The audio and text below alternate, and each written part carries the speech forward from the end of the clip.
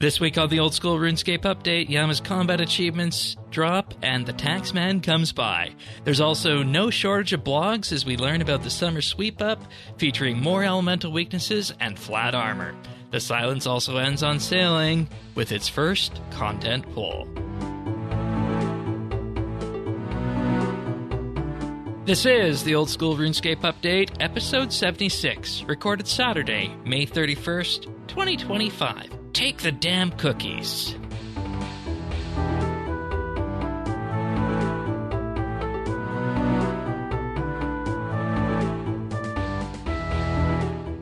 Hello, everybody, and welcome back to the Old School RuneScape Update. Sirion and myself are here as we are every other week now. I catch myself there. But we got it right this time. And as per usual, we have a full selection of old school updates this week to talk about. A lot that we weren't anticipating at the start of the week. It's not even because of the accumulation of 2 weeks. No. All of this landed in the last few days. It's just one after the other thing kept coming. Yeah, and they're not bad updates, I don't think. Oh, no, absolutely not. No. Because that could be an entirely different world where you're talking about bad things and you're being the bearers of bad news. I remember when we talked about the removal of the wilderness and free trade.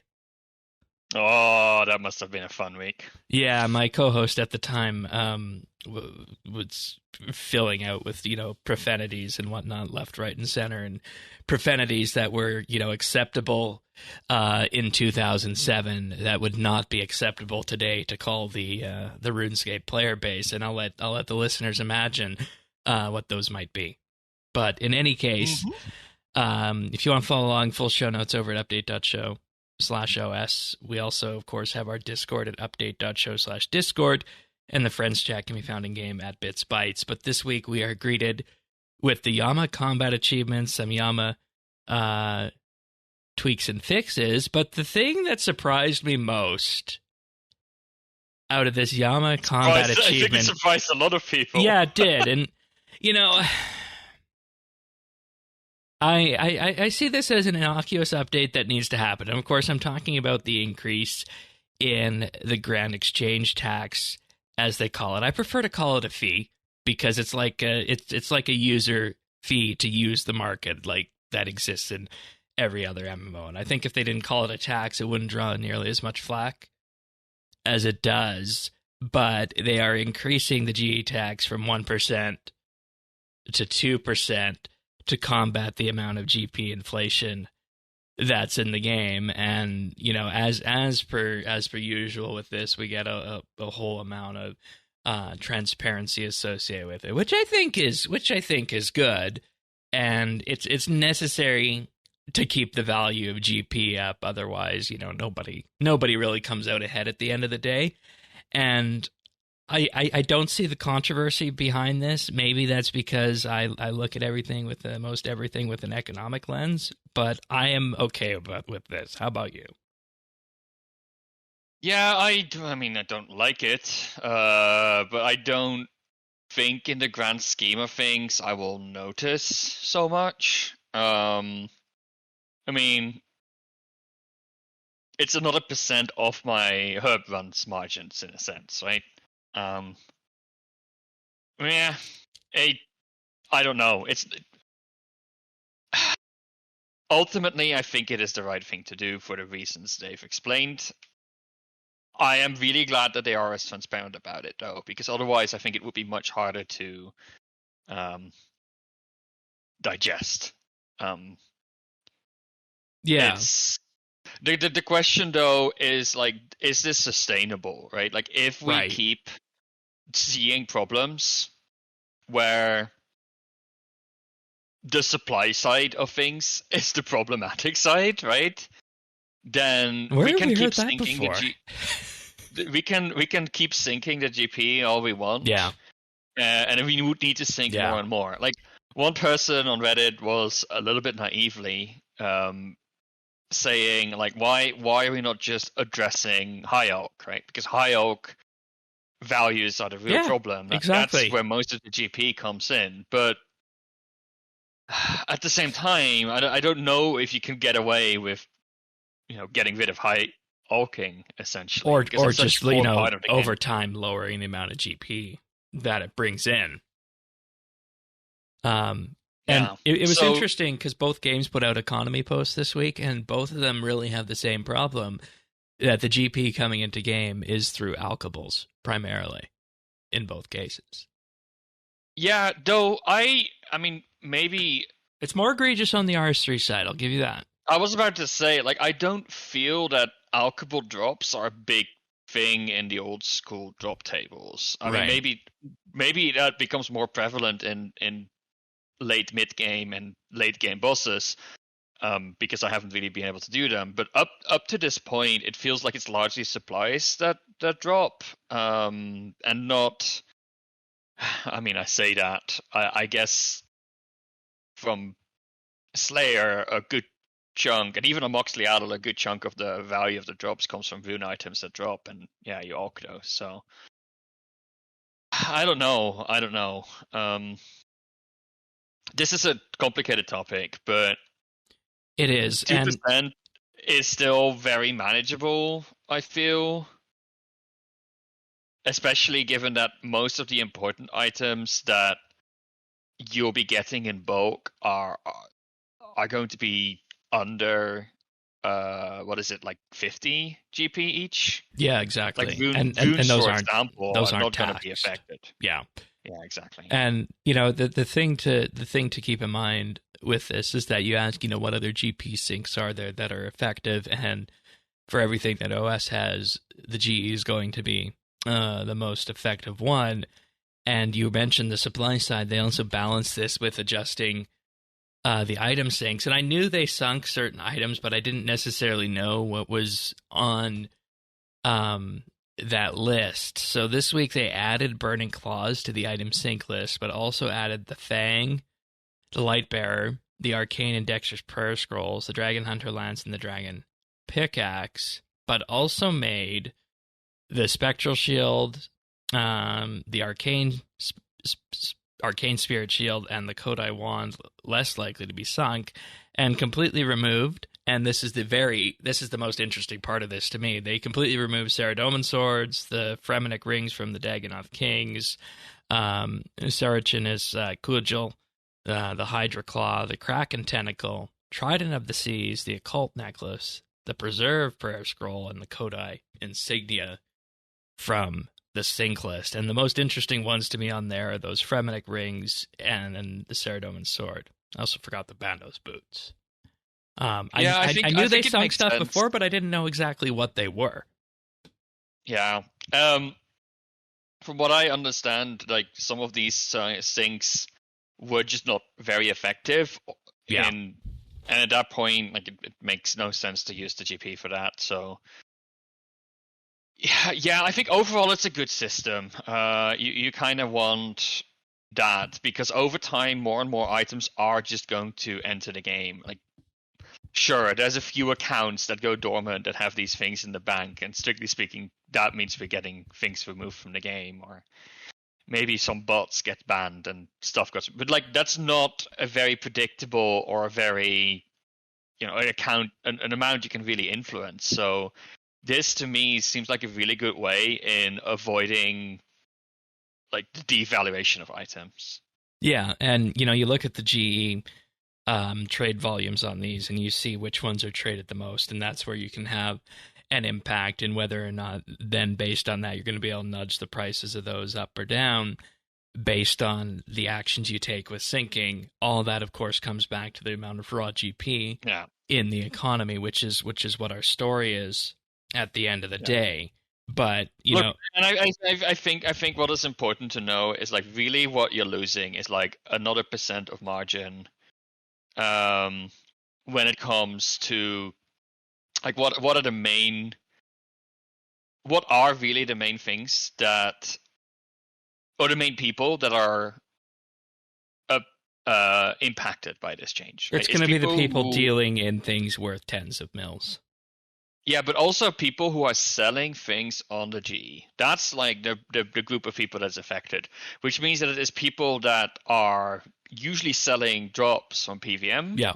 maybe from skilling as well, but probably PVM is more affected because the item values tend to be higher, or people merching. Which Um, is everyone's favorite. So, and I think that 1% of margin for people like PVMing is not going to be a big deal, right? Like, you lost 1% of, your profits per hour.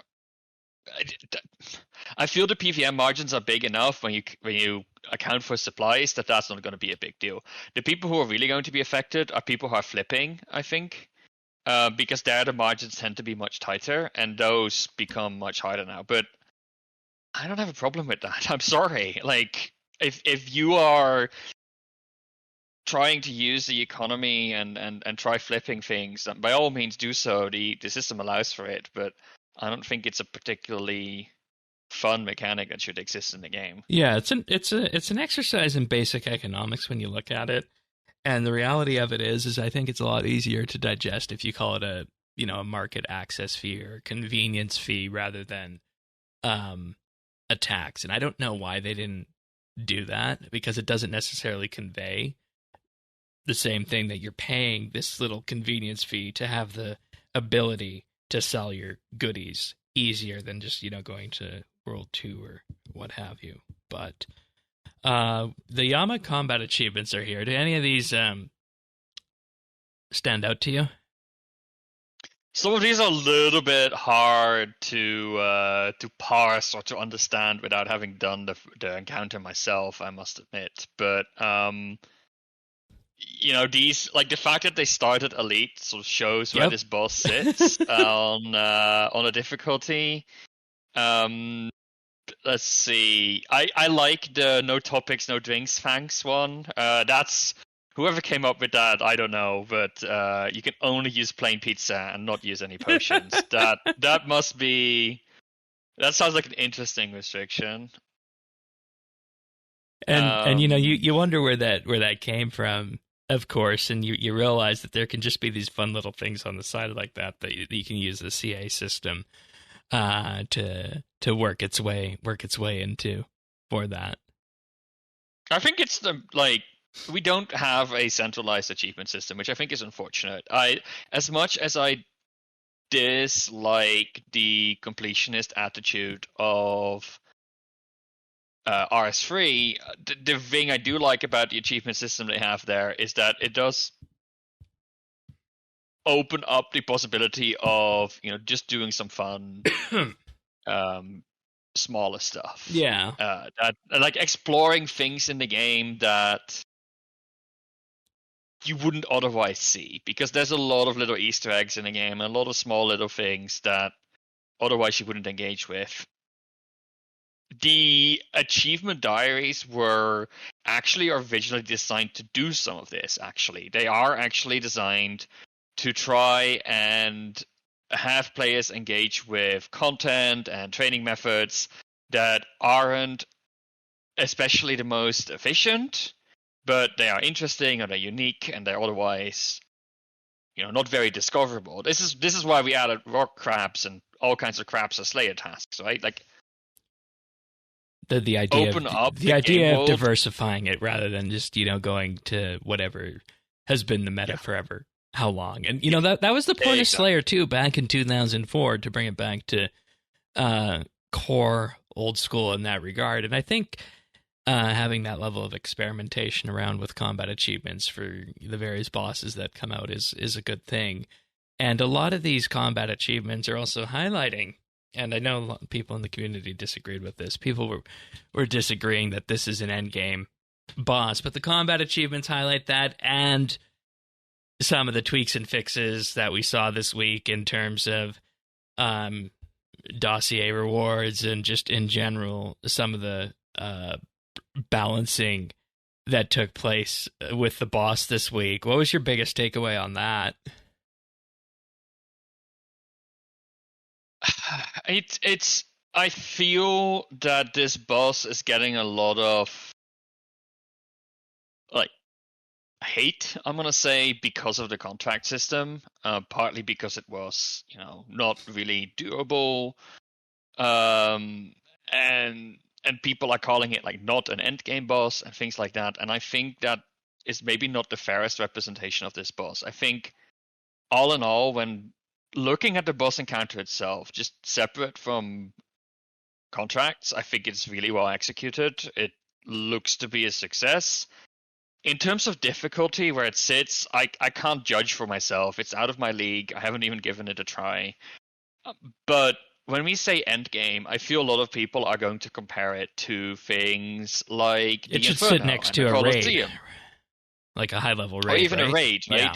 Which I get, but also, in the Inferno and the Colosseum, they are meant to really be the top end of PVM, right? If you can do the Inferno, that is basically your crowning jewel on PVM in old school, which I think is fun, and I think that gives that a very interesting and special place in the game.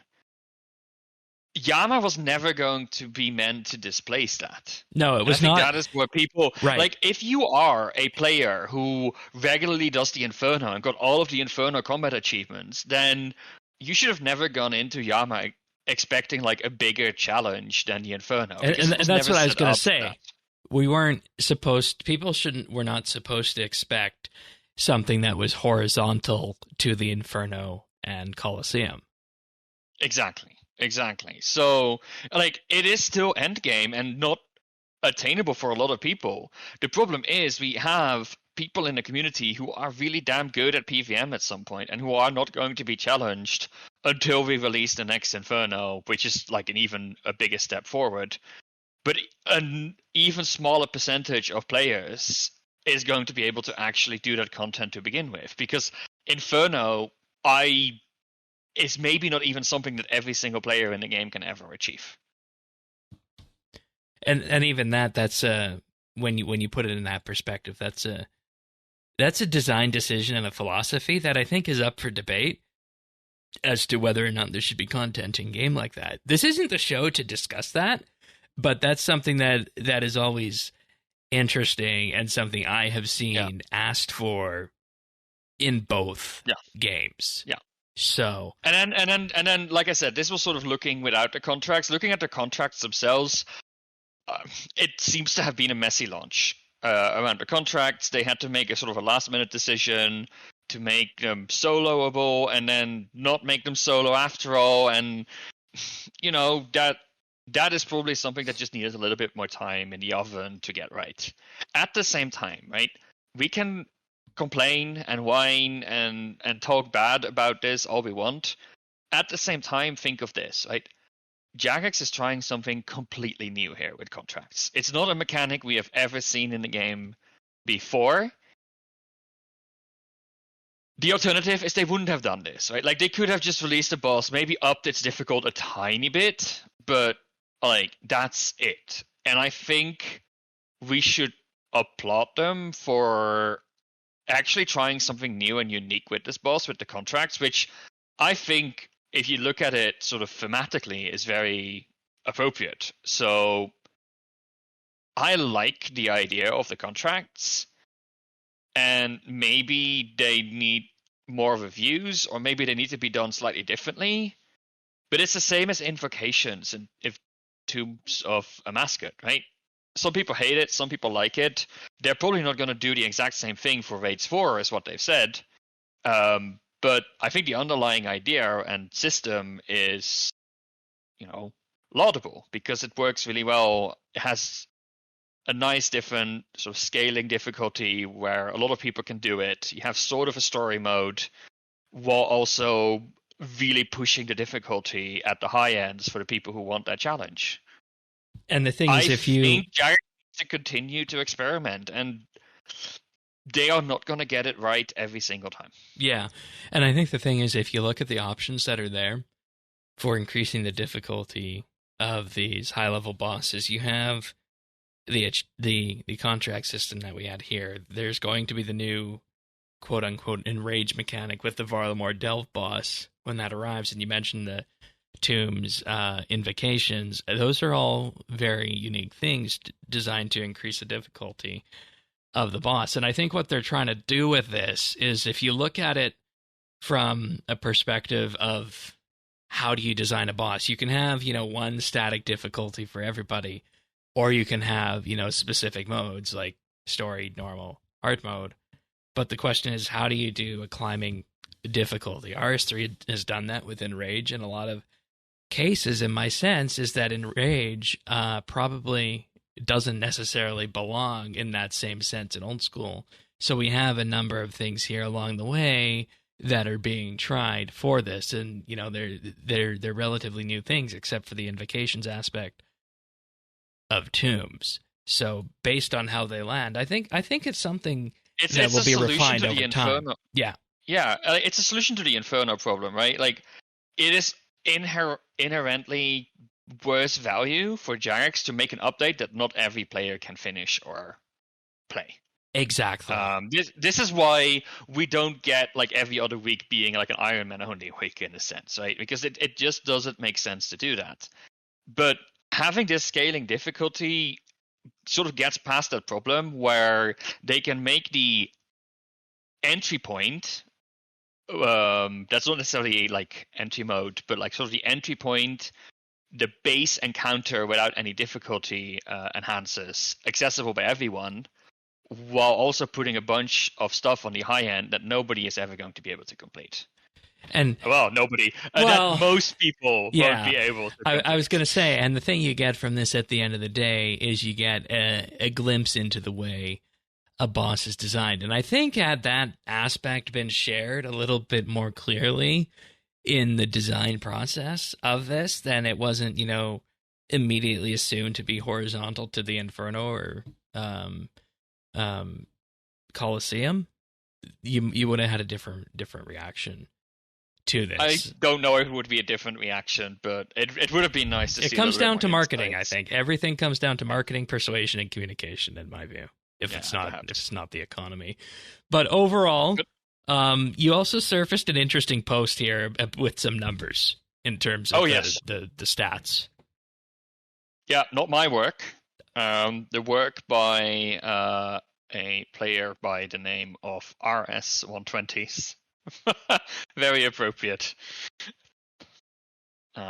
Where somebody basically did the math on how long it actually takes to do this grind. Because if you remember, we talked about this a little bit on the previous show.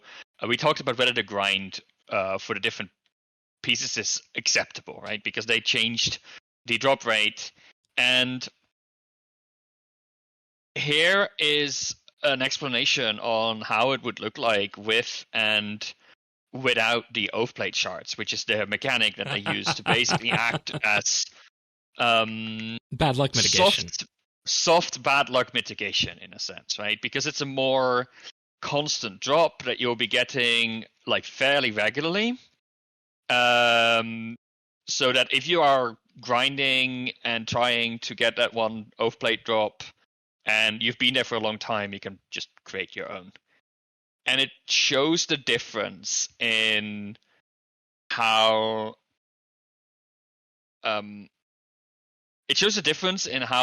likely you are to get how long it takes to get the full set of armor. So without now I need to parse this thing, but without shards, the average number of rolls is 825 rolls, and you have this really long tail end, right? Where if you go dry, that's sort of the problem you're getting with normal drops. Like, you can go dry. Yeah. If you add shards, all of a sudden the average number of kills you need is only 646. And this is not necessarily you're going to get it faster at the beginning, right? Like, the graph looks very similar at the beginning. It's that long tail that basically gets cut off. Because instead of having to deal with this long tail, at some point you have done so many kills of Yama that you can just use the oath plate shards and make your own piece. Yeah. And my favorite bit is the relative frequency of exit condition summary, in that at the end of it all, there's a 27% chance you have 3 out of 3 oath plates in the horn, a 66% chance that you have 2 out of 3 oath plates plus the horn, and more than 450 shards, a 6% chance that you have 1 out of 3 oath plates, horn, and greater than 900 shards, and only a 0.02% chance that you have no oath plate and greater than 1,350 shards. And, you know, that's the summary that did it for me more than the graph. Yeah. And I'd be just so interested to talk to the devs that put this system together to see what they're thinking now that the community has interacted with it on it. Yep, and the interesting thing is that most people will get only 2 out of 3 oath plate drops and then create the third one, right? Yeah. That's the most likely outcome. Yeah. And about a quarter of the people will get all oath plates before they have enough shards to make the last piece. So, and well, if you're one of the people who gets none. Yeah, and I think those numbers feel pretty much like exactly where you want them to be. Yeah, I just don't know if that's going to quiet the community, but I don't know either. But like overall, I am really impressed by the level of game design across this entire update. Not just, you know, the drops, or the drop mechanic, like the soft bad luck mitigation. I think the contracts, you know, the underlying concept works well, I think, or is well thought of. And the boss itself, people seem to enjoy its mechanics. So I think it's a really solid boss fight. Yeah, despite the noisy people the out complaints. there. Yeah, that's exactly what I was going to say. Like that the reward space that they opened up with the catalytic combination runes and the gathering enhancers, they're already paying off. Yeah, it's really great. It's really great. I like the reward space. I like how they did the drop tables, everything on this, and they deserve a pat on the back for what they did. Mm-hmm. But and that's the cool thing, right? Like they take like the ether runes and the diabolical worms, and they took that idea and immediately rolled it up into the next update this summer by reusing those ideas, which is like that sort of shows that trying out these new things for a PVM encounter, trying them in a low stakes environment, and then if it works, you can roll them out across the board. That's how you want things done. Yeah, and that next update is the Summer Sweep Up, focused on combat and loot, and, you know, huge expansion in this. We're just going to run through this post top to bottom because we'd be jumping around too much and we'd miss things otherwise. But there's a huge expansion here to elemental weakness for NPCs out there, and a number of NPC defense changes as well. And, you know, I'm gonna take the controversial take here, and I'm gonna say that this is Jagex's admission that elemental weakness and the expansion of magic with the standard spellbook went over quite well with people when they first brought elemental weakness in, to the point we're adding more here. I've been using it, and I think it has been an enrichment of the game. They knocked it out of the park with the elemental weakness. I was skeptical at first, but it feels so natural as part of the game right now. Yeah. Yeah. There's a whole spreadsheet here, and the best thing you can do is just open it up and go to the Delta tab to see what has changed. But tons and tons of creatures have new ones added here. Dagonoth Prime, Rex, and Supreme all have Earth elemental weaknesses added. Interestingly enough, that's going to be interesting. Tsar getting a water weakness is... that makes a big sense. One, potentially. Yeah, it makes sense, but... What does that do with Jad? Is Jad on the list here? Jad is going to get a water weakness. Okay, then. That makes things interesting. I don't know by how much. We can check. We can check. Just talk Jad. 40. Ooh, that's not Same with all of them. 40% more accuracy and damage on Jad. Going magic in fight caves might become the new meta. Yeah, potentially. That is fascinating. Let's see. Are there any others on this list that stand out?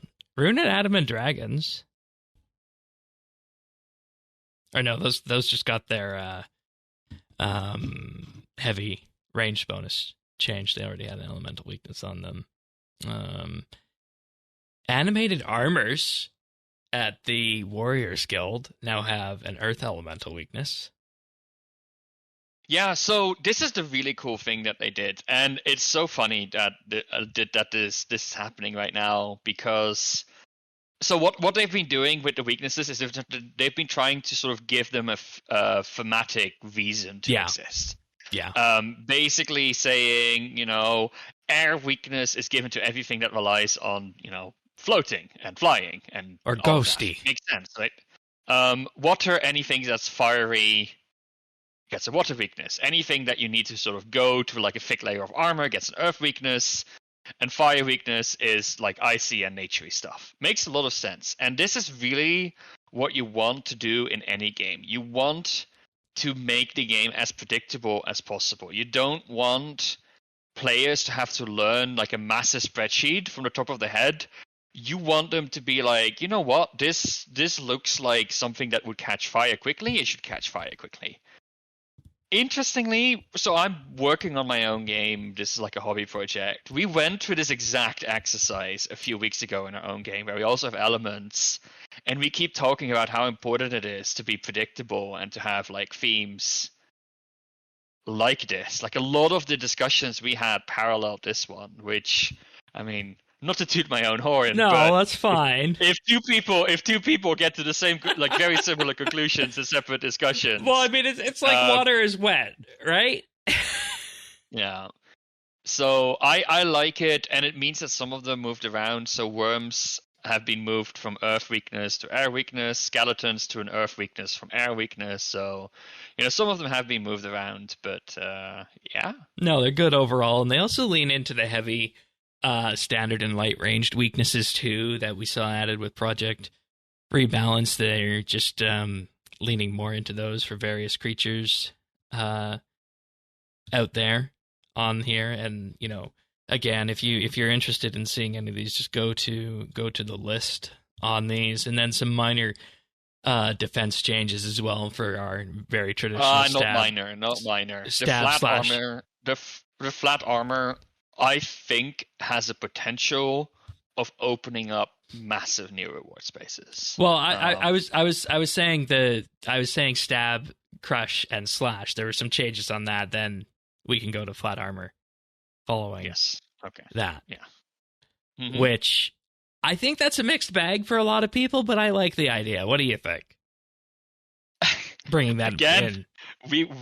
We have this in our own game. We have flat armor in our own game, and the reason we needed to introduce it in our game, so we're creating a tower defense, is we wanted there to be a meaningful difference between, say, like a Gatling tower that shoots like ta ta ta ta ta ta, and like a sniper that what? And that's a sniper tower that maybe shoots every few seconds but does massive damage. I was hoping you'd make the noise for the sniper tower. No, I'm not good at gun noises. Well, that's what I was laughing at. I know.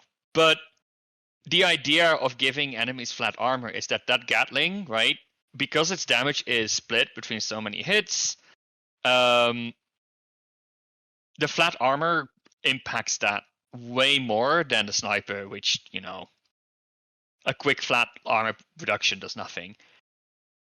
RuneScape, of course, has its own, with attack speeds, has its own sort of differentiator right now. And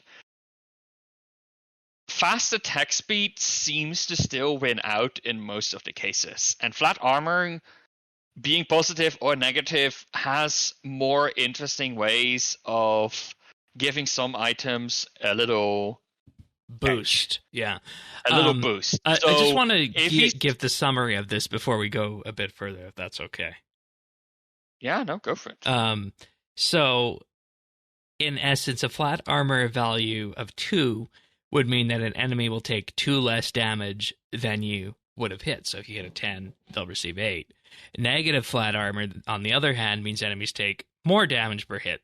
So with this, an enemy with positive flat armor might encourage slower hitting weapons or weapons with fewer hit splats, while enemies with negative flat armor encourage fast hitting weapons or weapons with numerous hit splats, like the Scythe of Vitter or the dual Blood Moon weapon's last name, who I still can't say. Macrohito. Thank you. Yeah, no, I mean, you notice that this is a thing at the moons already, right? Yeah. Where I've been using the dual Macrohito on the blue moon because she has like, I think like -5 flat armor, so it's one of the easiest bosses to just get through. You just carve through with those weapons. So yeah, no, I do think I understand that there is some pushback against this, especially if you think about the fact that we have, as community, established that we don't like 0 hits, which is why we got the accuracy changes, and now armor is going to push those hits back down, right? At the same time, I feel changes and mechanics like this are necessary to create more reward space. There is a good reason to have both Macrohito and like another slow hitting crush weapon, because there are good use cases for both. Yeah. And having this in more places stops those items from being niche weapons, and like mainstream just gives more choice. As far as I can see, the thing with the biggest flat armor boost is the Chaos Golem at +3 so far on this list. Which is not, like in the large picture, not a big deal. No, and then the smallest is -3 on a variety of creatures out there. So, and you know, I shades, like all of the shades are getting negative flat armor, which I love that. That's gonna be lovely. Yeah. And I also want to say that, you know, this being a game health update is not going to be pulled. So the discussions that happen on this are very important in all sectors of the community. So it's just your usual reminder to be civil when providing your feedback to Jagex on matters like this. I think the most interesting one that I found in this list that is getting a flat armor bonus is Carol. Huh. One of the Barrows brothers getting a -2. Okay. That's it. That's like the most. Yeah. Also, pest control portals are getting -2, and that's another interesting. Okay, one. That makes sense. I think, based on what they are. I still have to do the pest control guide. Any tiny thing that makes it faster, I'll take that. Yay! Oh, the Runite Golem is actually getting 4 flat armor. Okay. Well, with that, there's a whole boatload of loot table changes as well. This one was kind of inferred at RuneFest, and the first thing up here is the Tombs of Amascut changes. You're versed with tombs at this point. What's your take on these? I think, I mean, there's a spreadsheet that we skimmed over here before we go into Tombs of Amascut, where we are going to see some changes to fish, gems, runes, and herb seeds of some bosses. And a lot of the fish drops that we're seeing right now, especially around manta rays and sea turtles, is that they're going to be replaced with sharks or shark chum. And shark chum is basically diabolical worms, which this is what I was saying with Yama, is they're basically taking the idea of diabolical worms and then also applying them to sharks. And multiple bosses are going to start dropping those. So that's Zora, Muspa, Vorkath, Laren's chest, and the Brimstone chest are going to get these as well. I'm kind of a fan of that because I like it when things like food, logs, and whatnot come into the game through skilling. The thing is, this is what they tried doing in RS3 with Stone Spirits, and we know how those went. But we'll see. This is, of course, on a much smaller scale, and I think they're sort of careful in introducing this. So I think this is a pretty big change, and it builds sort of the success of the worms. Yeah. Other than that, we're seeing gems basically just reduced, runes reduced, and some of them increased. And basically, the idea of all of these is that often how they design these drop tables as at the time of launch, they basically look at what is the GP value of this drop, and they calibrate it against the GP value they want the drop to have. But of course, over time, the GP values change. So that means that older bosses tend to have drops that are not good enough, whereas new bosses need really high numbers of like rune drops or gem drops to still be worth it. So they're taking those down to reduce the number of those items that come into the game and putting the other ones up so that at least they're more equal across the board, which all in all, whole bunch of economics behind this. I think this is the right way of doing this. Yeah, I don't think there's anything controversial. I do love that the saying is that Torstal seeds used to sell north of 50,000 GP. Yeah, I remember that. I remember that. And it's a question of, should they do that now, right? But I think they've decided to basically do it now because otherwise it will never happen. And again, I think that's maybe a little bit of a brave decision, but I think it's the right decision. Yeah, that's fair. That's fair. But yes, Tombs of a Mascot. I looked over these changes and I think they're generally good. I don't think any of this really makes it. I mean, it makes it easier, but I think none of the difficulty that they're taking away was interesting difficulty. I think we've talked about this on the show before, but there's sort of two kinds of ways of making content hard. One of them is to provide a challenge that is difficult and interesting to overcome, and one of them is a challenge that is just tedious to overcome. And I think the ones that they're trying to overcome here are the tedious type. Yeah, tedious does not equal fun. Exactly, like chip damage at Baba is not fun, right? That just turns it into, brew clicking simulator. Yay. All in all, I think, I was a little bit worried about Akka changes specifically because I think Akka is one of the more interesting bosses. I might be a controversial take. I think it's one of the more interesting bosses because of the movement mechanics, but it seems like mostly they're dealing with the unpredictability of the prayer switches, so I'm actually okay with that. All right. Shall we move on to the rest of the little things? Well, I don't know if they're little, mentioned in the post. I mean, the loot changes. The loot changes, of course, are the big, interesting, and important one.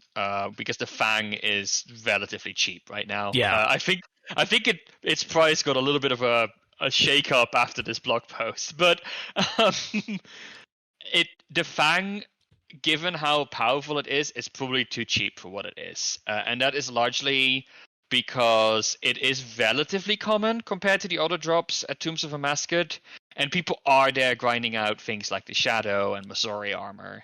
So that is probably the problem right now, and they need to make bigger changes to that. And they have basically not decided yet what changes they'll be making, and they're asking the community to respond to it. I have thought about this for some time. I don't know what the solution is yet. All right. Either. Fair enough. Fasani's Nightmare?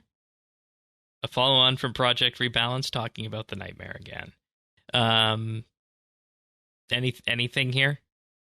I like the underlying idea. I did not consider this to be a very approachable boss. No. They're basically saying, "Oh, budget care," and I'm like, "Oh, it felt like one of the harder bosses," but maybe I got it all wrong. Yeah. No, nothing. I like the idea here to just make the combat a little bit shorter, like take out the number, like reduce the number of phases by one.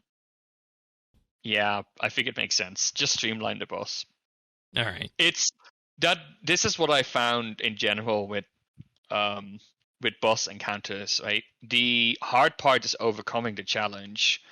It becomes a little bit of a slog if then the main challenge to overcome after that is to execute perfectly for like multiple minutes like in a row, which that just drags on. And yeah. Right. Then following from that, we have Nex. They say one of the foremost complaints about Nex is that taking her down can feel a bit like Brew Simulator. Due to lots of chip damage, unpredictable aggro swaps, unpredictable attack patterns, and in certain phases, and few opportunities are there to heal up without sacrificing DPS, which elongates the fight and makes you need to heal up even more.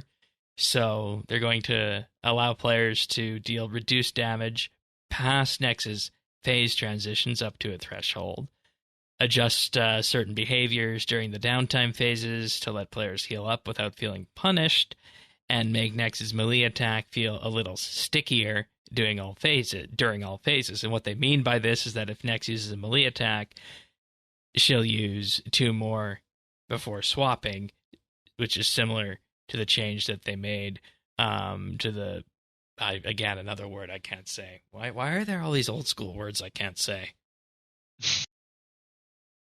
But yeah, you're chuckling there, but that's fine. Based on what I've heard, Nex is an interesting challenge, and just like we said with the previous ones, this is kind of about smoothing around the rough edges throughout the combat encounters there.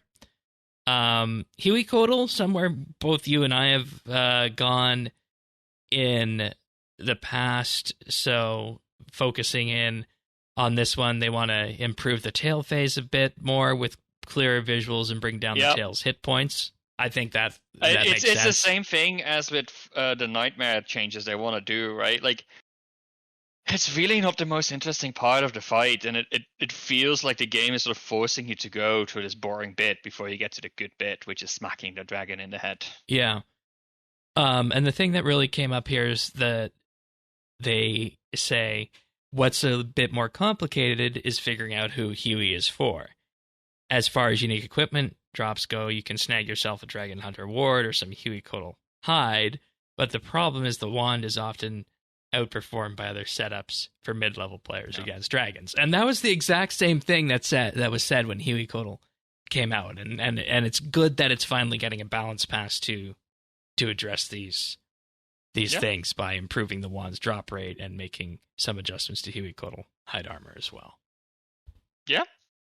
I like that they improved, like the hide armor is still, I think, one of the more interesting drops that I would love to. I need to check if it's actually better than Blessed. I don't actually know. I know it's better than Black, but yeah, I don't actually know where it sits in the progression. But especially if you think about how hard it is to get Blessed, a full set of Blessed as an Iron Man, because you need to get it from Clue Scroll, so that's sort of hard time capped, right? It feels like this feels like a really nice way to sort of get that progression going. But I don't know. I don't actually know how it compares in terms of progression. Yeah, didn't read up on that. Perilous Moons in the defensive rings, again, somewhere that you have experience here. This is a QOL pass, improving click boxes of the moons. God, yes. Yep. And they'd also like to explore adding a new reward to aid players getting into it, offering powerful armor sets and weapons in all three styles, the moons have become a staple progression point for many players. Yes, absolutely. So with that, they are looking to add a defense-focused ring somewhere to aid players in racking up kill count while giving some use to a boss that doesn't offer much at the moment, the Deranged Archaeologist. Yeah, I really like that, actually. The Deranged Archaeologist, I did it for the combat achievement. It's really not a hard boss. Yeah, I did it in Leagues for something. I think that's where it's really not a hard boss. Yeah, but it has nothing in terms of drops. I mean, I think it does it drop Runite Limbs? It might do. I don't know. Yes, it does. There you go. So that might be why. But yeah. Overall I like this. I think these changes are good. They're talking about the tornado phase here as well, right? For the Blue Moon, and I think Blue Moon special brazier phase. I ignore the healing mechanic, and I don't know, even with fewer hurricanes, if I would bother it. You go through those hit points so quickly. The healing is just insignificant, but we'll see how much they tone it down. Maybe it's worth just doing.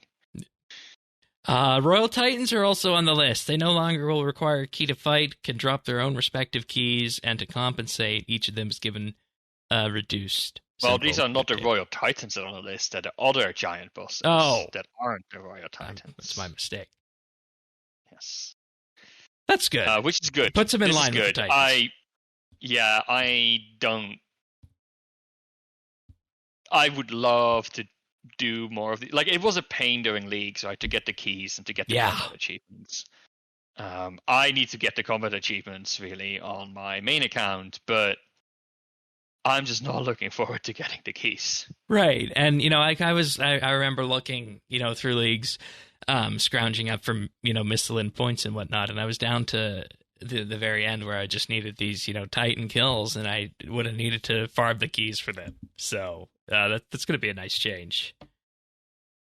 Yeah. I think, again, very clever solution, putting the rewards in the chest. So you still need a key if you want, like, the drops, and then, make the bosses themselves drop keys. I think all in all, it's a very nice little ecosystem that they're building here. Yeah.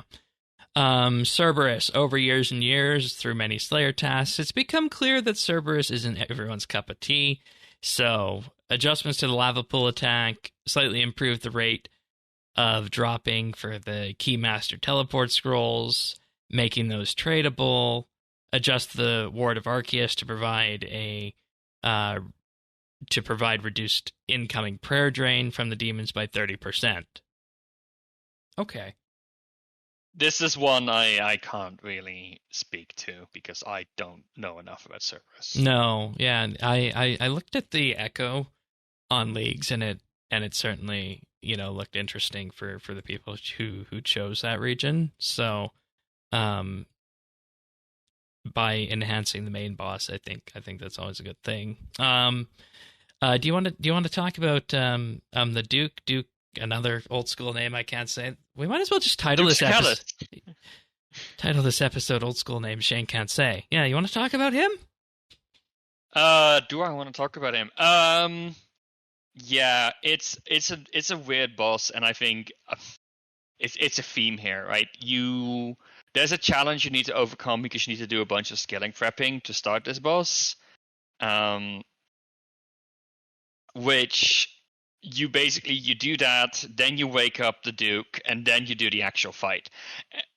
The point is that because you have this sort of preparation phase, the boss fight itself is less interesting because it was designed with this preparation phase in mind. The problem with the preparation phase is that it's really not that hard, right? You need to avoid a few attacks, but it's just clever movement and having patience so you don't run head first into a poison vent or an eye laser or something like that.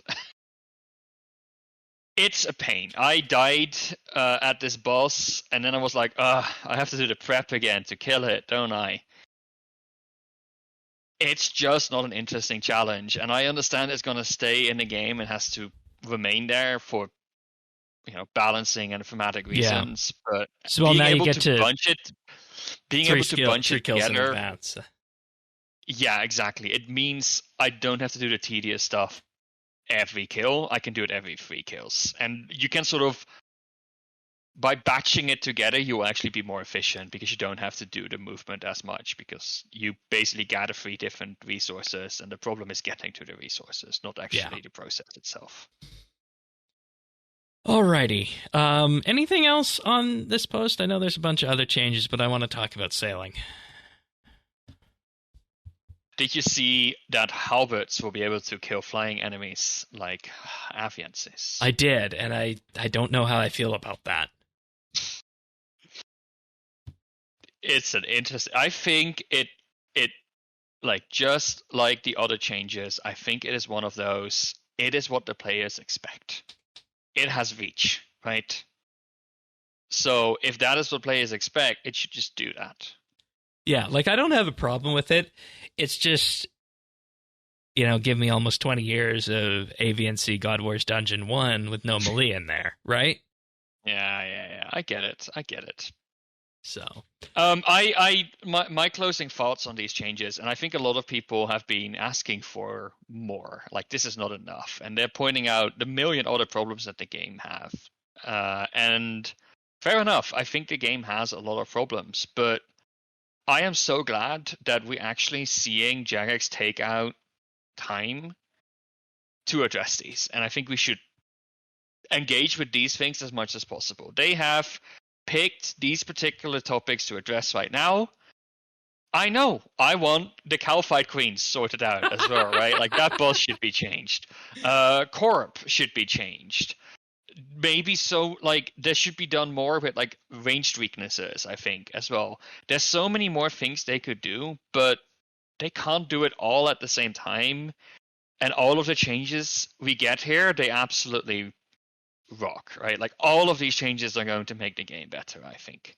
So, yeah. And I don't want to come across as a community, like I'm speaking on behalf of the community, as ungrateful, right? Because I think the fact that we are getting this from Jagex, we are incredibly lucky, because I think a lot of games, and even to an extent RS3, they take their legacy content and they let it die a slow death and then just replace it with the shiny new thing.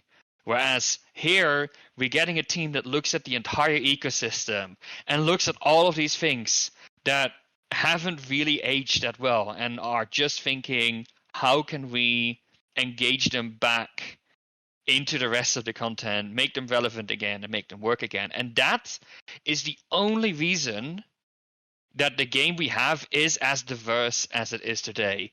It's the only reason that there are so many different bosses and so many different skills and so many different activities that we can do that all feel like they are valuable. yeah, and I also think that it was very important for their part to mark these as game health updates and that they won't be pulled. And the point of getting this post out early and getting the feedback on these things from people is that if things around the weaknesses or the drop tables or the boss changes don't feel right, if there is enough of a consensus in the community, they can trawl through all the feedback, Discord, Reddit, social media, what have you, and make the necessary changes about it.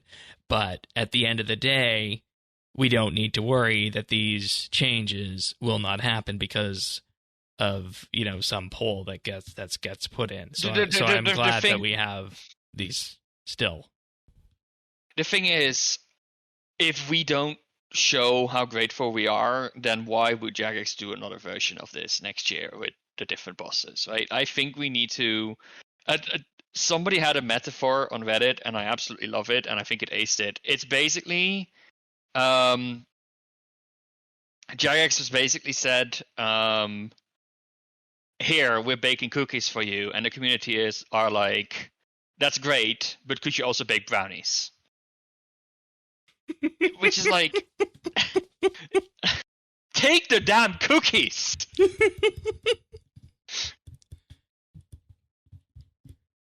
Right? Like, that, like, I just want to say, I love these changes. I can't wait for these to come into the game. I want more as well, but I want these first, and hopefully we can all agree that this is awesome, and we should be doing summer sweep-ups every year from now on. Well, the reason we're not getting cookies and brownies is because we're getting sailing. Ah, I see what you did there. I mean, hey, if you're doing a whole new skill, you can just, throw the cookies in for 10 to 12 minutes and then you're good to go, right? Mm-hmm. But we got the first series of polls here for sailing, addressing quests, area expansions, and deep sea trawling. That's poll 1. Poll 2 is going to be skilling content and resources, and poll 3 will be creatures and unique rewards. So that's what the polling timeline is going to look like for this here. And we saw the Great Conch in the alpha when we played that. We got a bit of an idea of what might be unlocked there, and we're being asked in this poll, would you like us to add the Great Conch, a new island as described in the blog? And then everything else about the Great Conch is going to be left to the details of what was put forth in the blog here. Woodcutting, mining, hunter, fishing, and farming. And there's going to be a sailing level locked behind this. And this is going to be the recurring trend here. So let's go through the conch first, I think. I think that's the way of doing this. What's your initial take on this first island that we're being asked about? I think it is weird that we are getting this poll before the skilling one. That's what I think. Throughout this entire poll blog post, they keep saying, oh, we're telling you about the skilling methods, but just ignore it because we're going to poll those later, right? Yeah. Or they're just sort of skimming the surface and teasing it a little bit, but they're going to poll it at a later date. The thing is, by having the conversation this way, by introducing these skilling methods in line with explaining what the Great Conch is all about, I don't know if people can reasonably respond to the poll without having, being primed on all of these skilling methods. Well, I think it's a way of getting the content in, like the island, as in, just greenlighting it and then worrying about the details. I get it. But what are we really greenlighting here? We are greenlighting the fact that there will be an island with turtle people on it, right? That's really the only thing, right? We're not greenlighting the coral stuff. We're not greenlighting the new trees. Yeah. Because that's going to come in the next poll. But then what is the actual polling? That is not entirely clear now. Like, what happens if this fails? Well, right, and that's my sense as to what they're trying to do here. Is I think they want to know if this is going to pass or succeed, because if it fails, then you don't need to worry about any of the other stuff, and you can work on then adding some other form of skilling to sailing. The skilling methods are probably still going to be pulled. And if they don't add up on this island, they're probably going to just be added to the mainland somewhere. Exactly. And that goes back to what we said about sailing at the very first blog post, is that everything that sailing talked about then could have been done on the mainland. And I want to make it very clear to people who didn't listen to our big sailing episode, is that I moved from not wanting sailing to being okay with it to now looking forward to it. So that's the boat I'm in right now. Boat not intended. So funny. But I agree with you that this is like, okay, well, if this island doesn't pass, then what? It also feels to me that if you want to poll the island by itself without talking about skilling first, and you're not polling the skilling yet, as much as I understand that not talking about the skilling methods would raise questions from the community, but tell us about the skilling methods, it doesn't feel right that we already get more words are being spent on the skilling methods and on the island itself in this blog post. It feels like more words are being spent on the thing that isn't being pulled yet than the stuff that is being pulled. Yeah, And I get it. Like but, the line is that new trees mean new logs, which is subject to polling, of course. This will be covered in the next poll blog. Yeah. Like, if the island passes, but none of the skilling methods pass, then what? If the island doesn't pass, but all of the skilling methods pass, then what? They have been Make it a volcanic so wasteland already. with abyssal demons on it. Yeah. So this is the thing that I don't like about the format of this blog. I feel that the order in which we're talking about these things is wrong. Maybe we should talk about the skilling methods first, and then we can talk about how and where we encounter. So what if then the skilling methods pass and then the island doesn't? What do you do then? Let's hope it doesn't go that way. But I wonder, like, if the island doesn't pass, why doesn't it pass? Because that is the question Jagex will need to answer at that. And I think if that happens, then you're having a bigger philosophical discussion about what sailing is. Because we couldn't interact with any of these skilling things in the alpha that we tried. No, but it's also like, if the poll fails, like, do people not want new training methods? Do people not want turtle people? Do people not want things linked to sailing? Turtle? Yeah. Or is it literally, is it a popularity vote on sailing right now? How people feel about it? Because there was a good point made in one of the Discords, either the RSBNB Discord or the Clan Quest Discord. I don't know if this was you that made this or someone else, but this is basically reverse invention. Invention is an elite skill in RS3 that needs level 80 in divination, crafting, and smithing to unlock. No, I made this. This is a whole separate discussion around all of what this blog covers. Yeah. Which is that we are getting to a point where we are putting skilling methods for existing skills behind a different skill. And as much as I thought, I could not come up with existing examples of where this is the case. The real only example is hybrid training methods, where, for example, we have the Fossil Island underwater fishing thing, right? Which is both hunter and fishing, I believe. So that's the kind of stuff we have. And of course, a whole bunch of training methods are locked behind quests. But never have training methods really been locked behind another skill. Another skill. Yeah. Now, you could argue that really these training methods are locked behind the Tortuga quests, and they just happen to require sailing. But the overall idea with all of these islands is that sailing is a gateway skill. And that, to me, is a completely unique and different thing, and I'm not sure if I like it. Right, because it basically becomes questing the skill. Right, and that wasn't really talked about in the initial onboarding of sailing, both in the alpha. No, but and it was always where it had to go, because that is kind of the fiction that surrounded sailing from the get-go. Right. So that is the problem with sailing, in a sense, in that it all of a sudden becomes a gateway for other methods, right? Like, what would we think if the most efficient training method for farming becomes locked behind 80 sailing?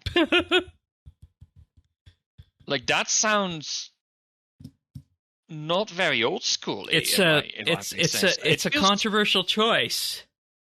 And we're not getting to make that choice with these polls, as far as we know.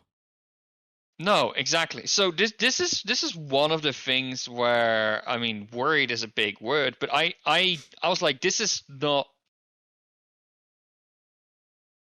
working for me, maybe. But then, we had this discussion and we started talking about other support skills, right? Because sailing is going to become a support skill. And the discussion moved towards Slayer. And Slayer, if you think Right. about it, is also kind of a gateway skill, because you can't kill a whole bunch of creatures until you get the Slayer method. So sailing is really the gateway skill for all of the combat skills. For all the It's combat maybe skills. not as it is maybe not as blatant as sailing is, but it is. It has. Oh, a you mean similar Slayer effect. is the gateway for the combat skills? Yes, Slayer Okay, is the gateway gotcha. for the combat skills. Yeah, and so sailing is really looking to become Slayer for non-combat skills, and maybe also a little bit the combat skills, but done better. Sailing is becoming what a support skill should be in 2025, right? A support my skill God. should really support other skills. And if you look at all of the other skills that are in the same category, agility, it's not perfect, but it doesn't really unlock new training methods. But it has it those could. aspects of it. But what if sailing becomes a success, we did take this idea and we say, with a high enough agility level, you can move through the jungle or through like this difficult terrain and get to new places and training methods, and truly make agility a support skill as well. Thieving is a weird one, but maybe you could do something similar, right? The only support skill that we will just ignore right now is fire making. So I've sort of come around to this idea, but I do feel that But it's not sailing mentioned in the blog post anywhere that this is the way it's going. You kind of got to put 1 + 2 + 3 yes, together. you have to put it all 6. together. But yeah, I read through this post, and my first response, like, sailing is different than the other support skills. I don't like it. And I've sort of gotten to the point where the other support skills are not good support skills. I mean, you got me at selling it as Slayer for non-combat skills. You got me at that point. I like that. It's you need to sort of invert your I needed to invert my expectations, basically, where Okay. Now I want to just mention that the next poll is going to be about the quests. But I also have to say, how many people are going to do what you just said? And almost no one. Right. and yeah, I don't know what is the response to that? Right, and that's what I'm worried about.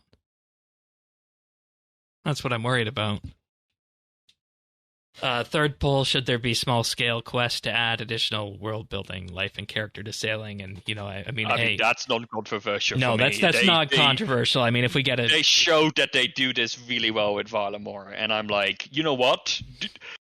Don't even pull these anymore. Just do them all the time. I want to see the frogs and mermaids fighting each other. Something like that. But yeah, like that's the biggest chunk of this blog, is that discussion we just had. And you get there by first realizing that you're polling the islands before the skilling content, and then after you dive deep on that, you realize what that means. And I don't know if anybody else has realized potentially what that means. I think part of my inspiration, credit where credit is due, and I now need to scroll up because I was recommended a video Oh God. on YouTube by one of the content creators who went into detail. Look, I need to give credit, right?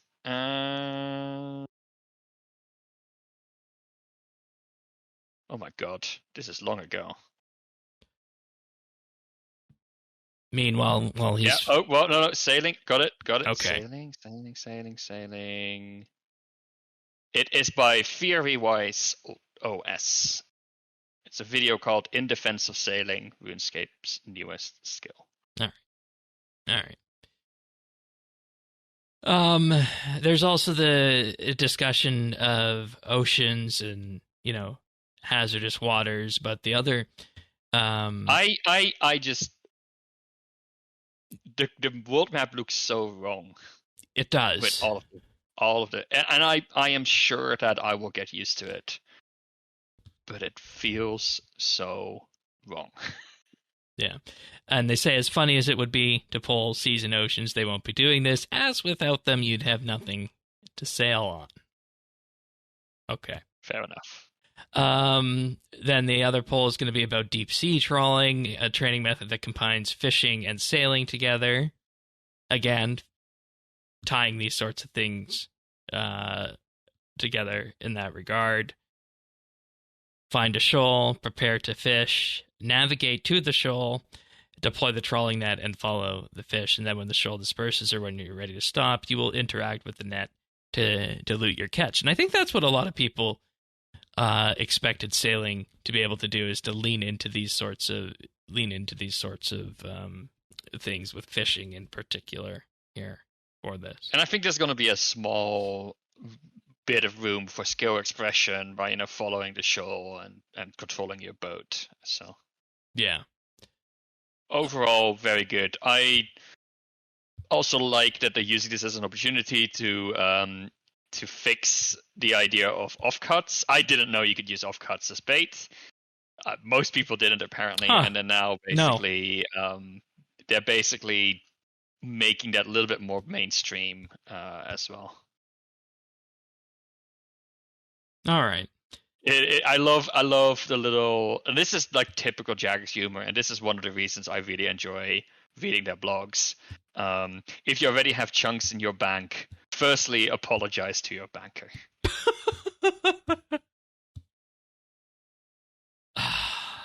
Okay, so if we're just to sum all this up,